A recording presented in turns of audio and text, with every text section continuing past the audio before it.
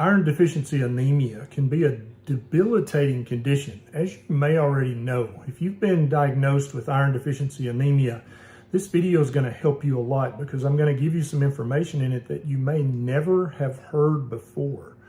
Iron deficiency anemia is very, very common across the world. More than 1.5 billion people suffer from it. Symptoms include fatigue, weakness, pale skin, shortness of breath, dizziness, pica, which means you have the overwhelming desire to eat dirt or clay or ice, and leg tingling. Those are the most common symptoms.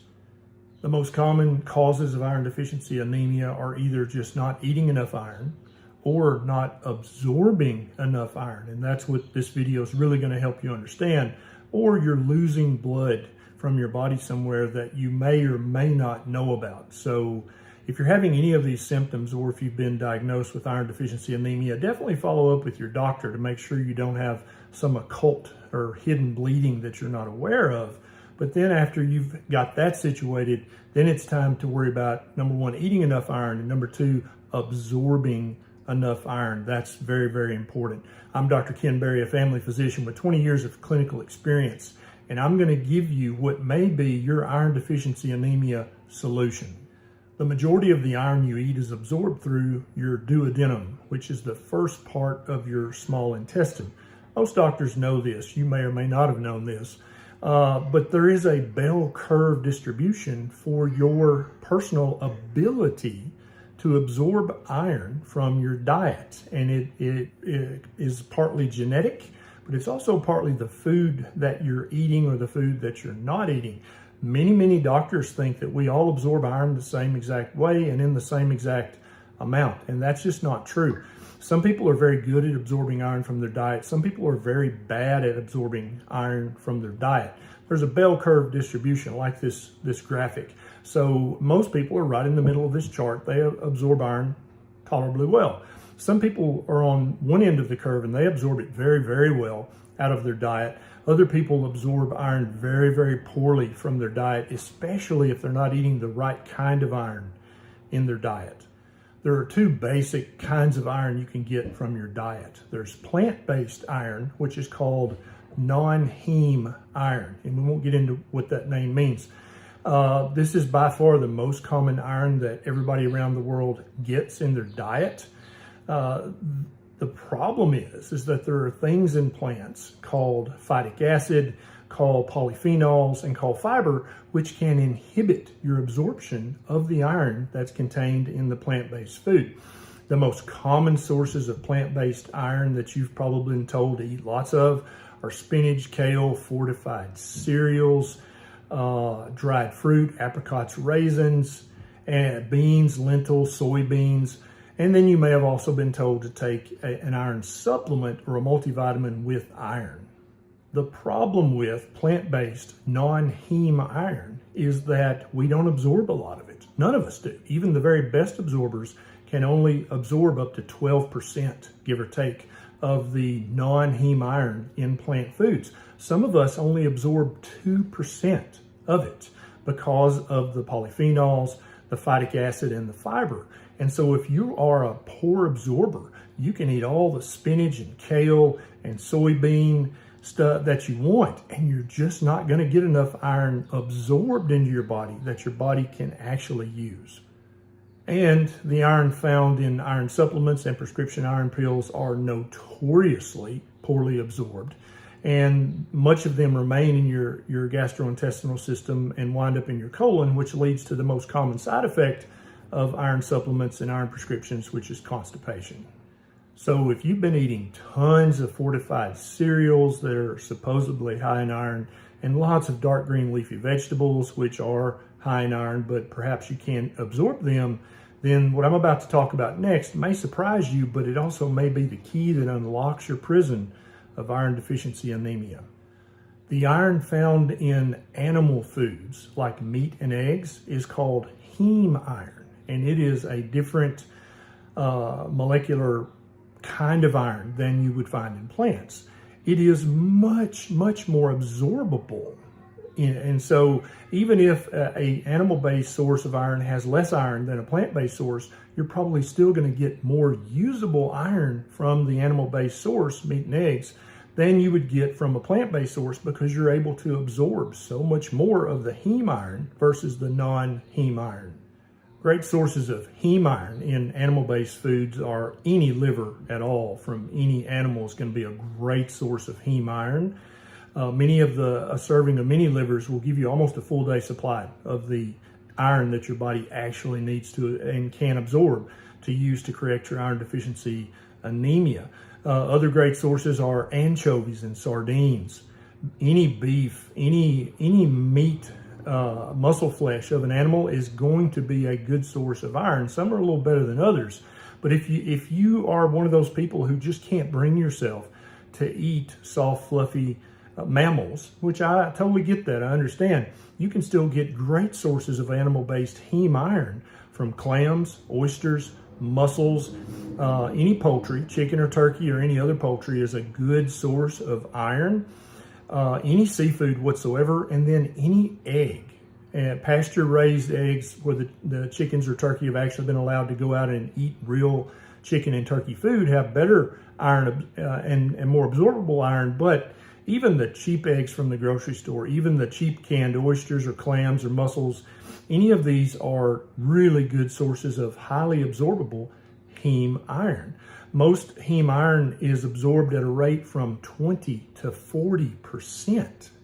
And so if you go back to the bell curve, if you're one of those very, very poor absorbers of non-heme iron, then adding just a little bit of animal food into your diet, meat and eggs, or hopefully liver, you're going to get so much more iron from just a small portion of the meat than you would get from the plants.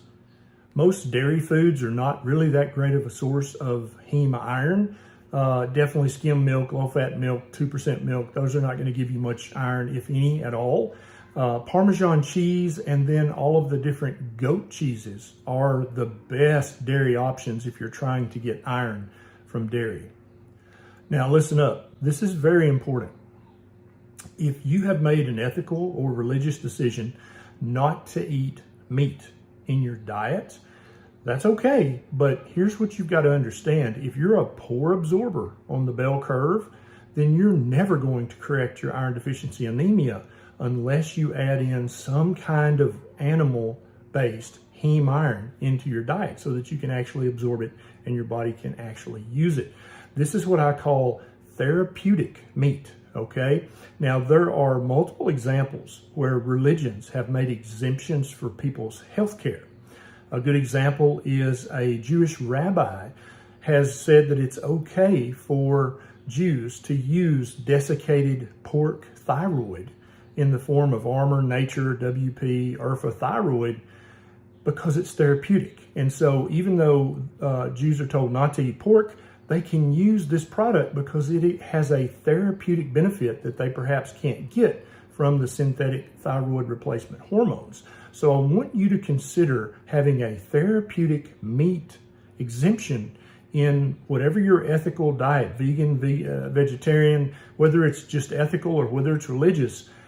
You really need to think your health takes precedent over most other things in your life. If you're not healthy, if you're constantly fatigued and short of breath and considering eating the ice out of the inside of your freezer because you're so iron deficient, think how much more productive you would be. Think how much more successful you would be promoting things that you believe in, making money, taking care of your family, if you actually could get rid of those symptoms and get rid of your iron deficiency anemia. So I want you to really think about this and consider a therapeutic meat option. And not that you're going to enjoy the eggs or meat, not that you're going to proclaim that you're doing this, not that you're going to espouse this to other people. You're doing this for your health. And I think that is ethical and it makes very good sense to me. Now, you don't have to eat mammals to get your therapeutic meat treatment. You don't even have to eat things with faces, animals with faces. You could literally get your heme iron from clams, oysters, and mussels and from eggs. So you never had to eat anything with a face. And so I hope you understand I'm being very respectful. I understand you've made a choice ethically to not eat animals or to not eat mammals or wherever your line of ingestion happens to fall. And I respect that. But at the same time, I don't want you to suffer for the rest of your life with iron deficiency anemia or wind up having heart failure or wind up having to have blood transfusions because of this disabling iron deficiency anemia that you currently have.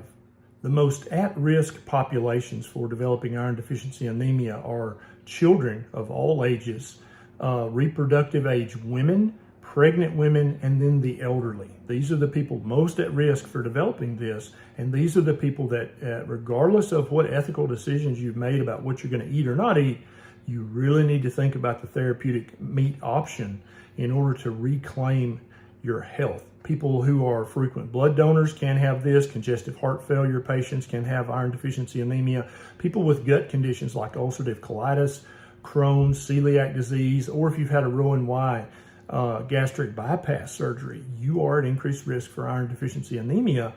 And even though you may not think it's ethical to consume animal products, I really think you should consider the therapeutic meat option. Another big population of people who suffer from iron deficiency anemia, and oftentimes they don't know why, and maybe even their doctor doesn't know, is people who take proton pump inhibitors like Acifex, Prevacid, Protonix, and Nexium. These block your stomach acid, and stomach acid is vital for the proper absorption of iron from your diet. And so if you're taking one of those pills and you've been iron deficient anemic and your doctor didn't know why and couldn't figure it out, that's probably why. In children, iron is absolutely mandatory for them to develop into their full potential as adults. And there are many parts of the world where there's just no animal food available, or religious rules prevent children from eating enough heme iron and animal-based products in order to not be iron deficient and anemic. In the US and other modern societies, it's very common for a child to be an accidental vegan. And I've got a video about that. I'll have it pop up here, so that you can make sure that your child's not an accidental vegan. But that can lead to very severe iron deficiency anemia, and the doctor may not even be able to figure that one out either. I've included some research links in the show notes down below in case you want to do some further reading. This is Dr. Berry. I'll see you next time.